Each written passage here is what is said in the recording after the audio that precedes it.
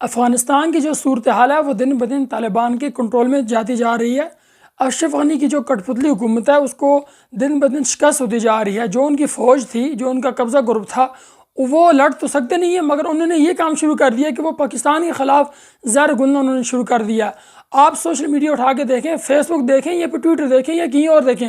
پاکستان کے خلاف وہ لوگ بولتے جا رہے ہیں کہ وہ پاکستان افغانستان میں اپنی پراکسی وار کر رہا ہے، یہ کر رہا ہے، وہ کر رہا ہے۔ آپ کو ان کو معلوم ہے کہ افغانستان میں طالبان نے 2 دہائیوں تک 20 سال تک امریکہ کے خلاف لڑا، اپنے ملک کو قبضے سے چھڑایا، مگر کیا ہوا؟ جب طالبان کی فتح کا ٹائم ہے، اس ٹائم وہ افغان حکومت جو ہے وہ ان کو قبول بھی نہیں کر رہی، ان کے ساتھ جو مذاکرات تھے اس میں بھی وہ لچک نہیں دکھا رہی، مگر وہ ملبہ اپنا سارا پاکستان میں ڈال رہے ہیں۔ آپ نے دیکھا ہوگا کہ سوشل میڈیا پر افغانستان کا آپ دیکھیں کہ وہ ان کا یہ ٹاپ ٹرینڈ ہے کہ پاکستان پراکسی وار اور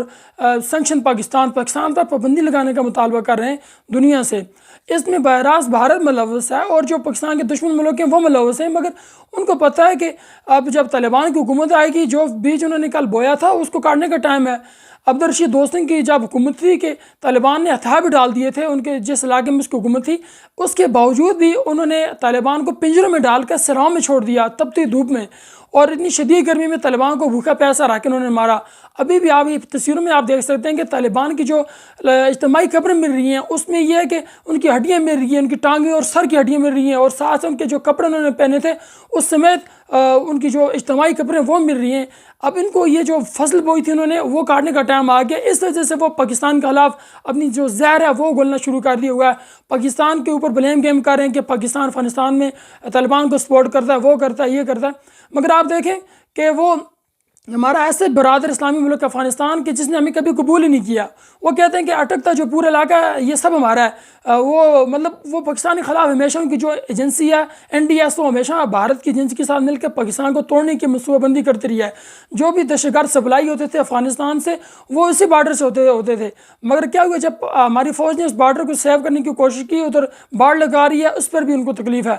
اور آپ دیکھیں کہ افغانستان میں جب طالبان کی حکومت تھی اس ٹائم ہمارا جو بارڈر تھا وہ بالکل سیکیور تھا، محفوظ تھا، کہ سب سے زیادہ محفوظ بارڈر وہ تھا، مگر ابھی ہمیں 2 طرف سے دشمن نے گھیرا ہوا ہے۔ ایک طرف سے یہ انڈیا کی جو بارڈر ہے ہماری مشرقی جو سرحد ہے، اور ایک طرف جو ڈیورنڈ لائن ہے جو 2000 کلومیٹر سے زیادہ کی جو سرحد ہے، اس پر بھی ہمیں افسوس کی بات ہے کہ ہمیں اس پر بھی باڑ لگانی پڑ گئی، کیونکہ ہمارا اسلامی ملک ہے، ہمارا بھائی ملک ہے، مگر یہ انہوں نے ہمیں کبھی تسلیم ہی نہیں کیا۔ اور اس کے علاوہ جب طالبان کی حکومت تھی، جو 4 سال طالبان کی حکومت رہی، بہت ہی محفوظ تھا پاکستان اس ٹائم، تو اس وجہ سے ان کو ڈر لگ رہی ہے کہ اب جب طالبان آئیں گے تو وہ اس کا حساب تو لیں گے کہ ہم نے اتنے زیادہ لوگوں کو اتنی شدید تشدد کر کے مارا، بمباری کی ہمارے اوپر، اور اس کے علاوہ پنجروں میں ڈال کے آپ نے ان لوگوں کو مارا جنہوں نے ہتھیار ڈال دیے تھے۔ یہ ہمیشہ یہ جنگی جو قانون ہے اس کی بھی خلاف ورزی ہے کہ جو بندہ ہتھیار ڈال دے آپ اس پر اتنا زیادہ ظلم نہیں کر سکتے تھے، جنگی قیادی بنا سکتے ہیں، مگر وہ اس کے بجائے لڑنے کے بجائے وہ ہمیشہ پاکستان کے خلاف وہ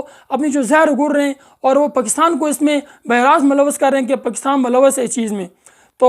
ہمارے ملک میں آپ دیکھیں پاکستان میں اس ٹائم تک 40 جو لاکھ ہیں اس کے لگ بھگ جو ہیں افغان آئے تھے، اور اس ٹائم ان کی آبادی بڑھ گئی اور عرصہ بھی 40 سال سے بھی زیادہ ہو گیا۔ سوویت یونین کی جب انہوں نے افغانستان پہ حملہ کیا تھا اس ٹائم آئے ہوئے ہیں، مگر وہ ابھی تک جو ہے نا ان کے اتنے لوگ پاکستان میں، اس کے باوجود وہ